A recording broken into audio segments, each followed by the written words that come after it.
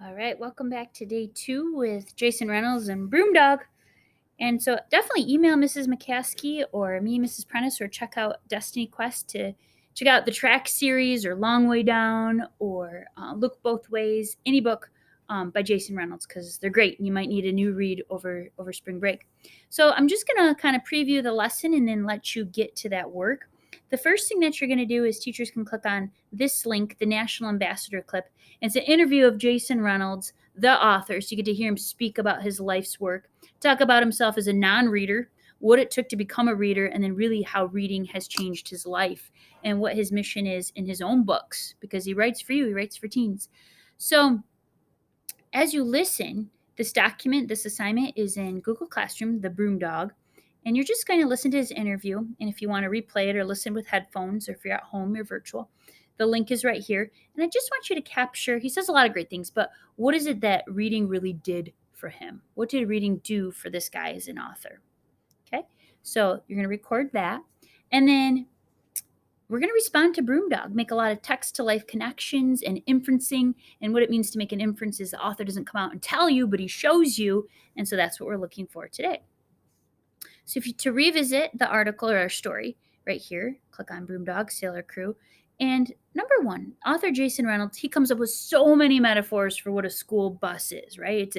It's a food court, it's a recording studio, it's all this fun stuff. But which one is a school bus to you? You know, you've ridden a bus, or think about your crew classroom. Which one really seems to fit, that captures life of a middle school kid, of a student? Which one did you like? And what does that metaphor speak to for this place?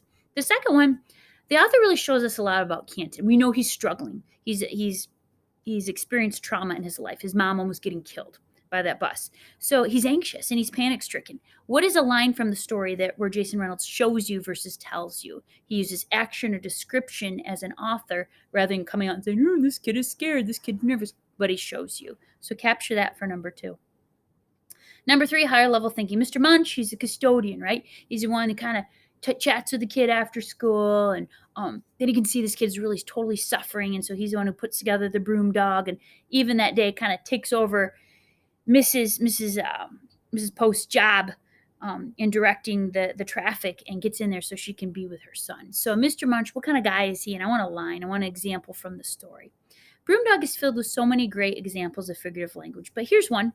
Whenever Canton's chest would become an inflated balloon. That is a what? So go ahead and highlight your best answer. And we have definitions of what each type of figurative language is. How does Miss Post, Canton's mom, how does she feel about her job as a crossing guard? He never tells you, but he shows you in a couple different ways, where describes putting on her lanyard like a prestigious medal, etc. How does she feel? And an example. Number 6 is all about description.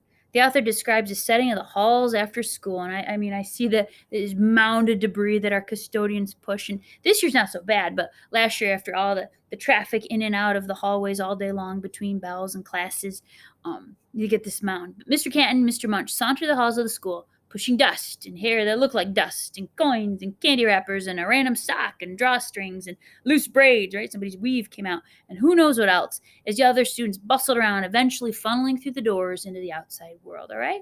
What is the setting of our classrooms like, right? We're in here all day.